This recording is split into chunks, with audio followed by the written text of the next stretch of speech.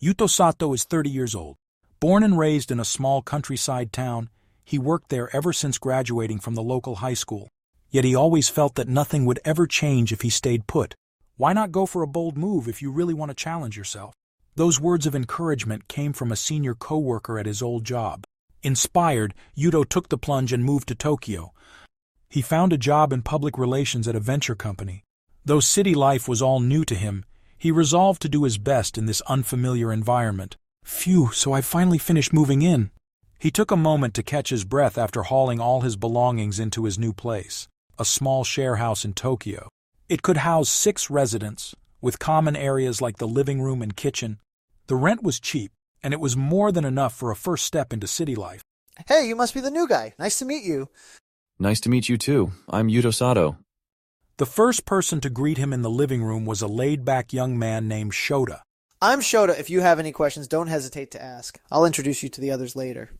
Later, while Yuto was unpacking in his room, he heard the front door open. I'm home. Her light-hearted voice carried through the living room. Yuto froze the moment he heard it. He knew that voice. No mistake about it. Yo, Sato! The person who just got back might be someone you know. When Yuto stepped into the living room, he found a childhood friend wearing a stunned expression. Yuto. Chinatsu? No way, it's really you? What are you doing here? Actually, why are you even in Tokyo? I should be asking you that. I just started a new job and moved here. I'm working freelance as an illustrator, and this share house is super convenient. But wow, this is such a shock. Yuto and Chinatsu had been close since childhood, but they hadn't seen each other since middle school. Never did they imagine they'd meet again like this. Hey, but isn't this perfect? Must be fate, right? Shota joked, a teasing glimmer in his eye. The light-hearted tone irritated Yuto a bit, but Chinatsu just smiled softly. Could be fate. Yeah, maybe. Yet there was a slight unease in that smile, something hidden beneath her usual cheer. That night, in the shared kitchen, Chinatsu and Yuto found themselves alone. She sat at the table, sipping coffee and watching him quietly. It's crazy that we're meeting again in Tokyo, right? Yeah, it's so strange. Feels unreal in a way.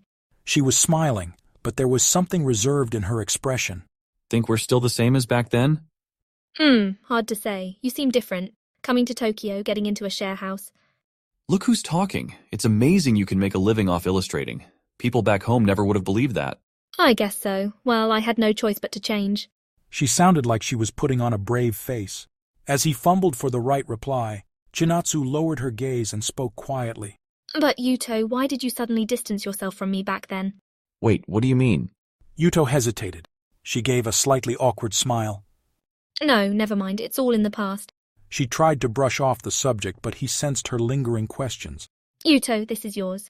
The next morning in the kitchen, Chinatsu handed him some toast. Wow, you're bright-eyed and busy-tailed for so early. You made this before I even got up? It's house rules. Makes sense. Thanks, though. I appreciate it. Look at you, Sato, scoring breakfast. Shota poked his head into the living area. Chinatsu shot him a feigned scowl. It's not like I made it for him specifically. There was just extra toast, that's all. Yeah, sure. Tsundere much? Chinatsu sputtered, protesting loudly before marching out of the living room. Shota turned to Yuto with a playful grin and tapped his shoulder. Dude, what do you think of her? Think of her. She's just my childhood friend. Yeah, could have fooled me. Looks like you're into her if you ask me. Yuto avoided giving a real answer, unsettled by Shota's teasing tone. That evening, everyone in the share house gathered in the living room to watch a movie. It was a RomCom Shota picked out. During a scene where the hero and heroine got close, Chinatsu snickered. No way do people just fall in love that easily. I kind of pegged you as the romantic type. Guess I was wrong. Romance should move at a steady pace. You really have to know each other first. The quiet certainty in her voice made Yuto feel she was worlds apart. Since when had she become so composed, so grown up? The next day, Shota made a bold move. Hey, Chinatsu, let's go out somewhere this weekend. I found a great cafe I've been wanting to try. A cafe, sure, why not? Overhearing, Yuto felt a surge of unease. That night, when Yuto and Chinatsu were alone, he blurted out, You're really going out with Shota? Yeah, he invited me. Don't you think he's moving a bit too fast? Chinatsu frowned, looking at him. Yuto, this has nothing to do with you, does it? The calm rebuff left him speechless. After she left, he sat alone, sighing. The next day, Chinatsu left with Shota for the cafe. Yuto couldn't shake his growing unease. Is this really okay? She didn't return until well into the evening. It was nearly 8 when the front door finally opened. I'm back. She looked a bit tired. Yuto got up as soon as she entered. You're pretty late. It's not that late. We were just talking and lost track of time. She set down her bag and gave a casual laugh. That small gesture stirred something in Yuto's chest. So was the cafe good? Yeah, it was fun. Shota's really entertaining. Ah, I see. His reply was terse, awkward. She seemed to notice, but looked away. What about you? Did you do anything today? No, not really. I just stayed in. Chinatsu settled onto the sofa, casually fixing her hair. Yuto joined her but felt restless. Don't you think Shota's a bit too smooth? Surprised at himself for saying it, he watched her expression. He's not too smooth. He's just friendly. I think that's kind of nice. I guess, sure. He couldn't say any more. Thoughts of her smiling and chatting with Shota flooded his mind, leaving a painful ache in his chest. After she left, he let out a heavy sigh. Why do I even care so much? She's just a childhood friend. He tried reminding himself, but the uneasy feeling wouldn't go away. Finally, the next day, the sharehouse owner approached Yuto. Yuto, you've been really paying attention to Chinatsu lately.